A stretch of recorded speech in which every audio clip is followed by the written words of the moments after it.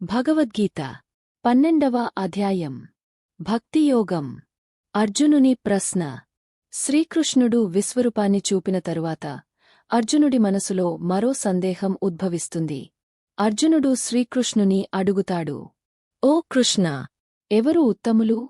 నిన్ను దైవ స్వరూపంగా భావించి భక్తితో సేవించేవారు, లేక నిరాకార బ్రహ్మం, ఆకారరహిత పరమాత్మ ని ధ్యానించేవారు?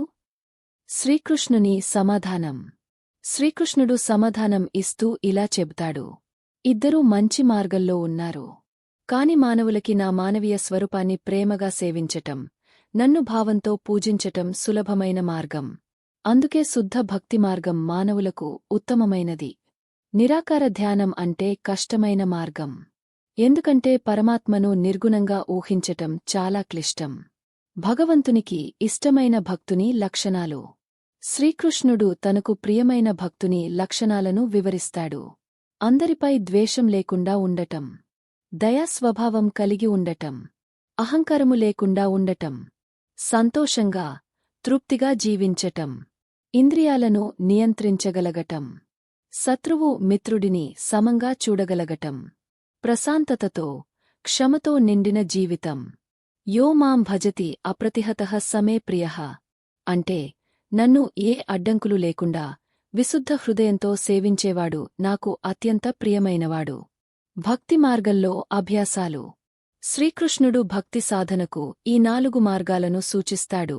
దశలవారీగా ధ్యానం చేయడం, ఎల్లప్పుడూ భగవంతుడిని మనసులో ఉంచడం. అభ్యాసయోగం, భగవంతునిపై నిరంతర ధ్యానం.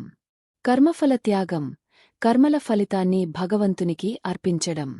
జ్ఞానం, భక్తి, జ్ఞానంతో భగవంతునిపై ప్రేమను కలగజేయడం. ఎవరైనా వీటిలో ఏదైనా సాధన చేసి భక్తిగా ఉండగలరు. సారాంశం, భక్తియోగం సందేశం. భగవంతుడిని సేవించటానికి ప్రత్యేక జ్ఞానం అవసరం లేదు. స్వచ్ఛమైన మనస్సుతో, ప్రేమతో పూజించడం ముఖ్యం. భగవంతుడు మన రూపాన్ని తీసుకుని భక్తులతో మమేకమవుతాడు. తనను శ్రద్ధగా పూజించేవారిని ఆయన రక్షిస్తాడు, వారిని సాక్షాత్తుగా చేరదీస్తాడు.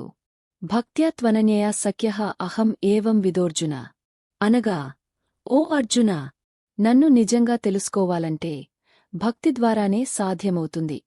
భక్తియోగం ప్రధాన బోధన. భగవంతునికి చేరాలంటే శుద్ధ హృదయం మరియు నిరంతర ప్రేమ కావాలి. భగవంతుడు అన్ని ప్రాణుల్లో ఉన్నాడు. అందుకే అన్నివాటిపై ప్రేమగా ఉండాలి.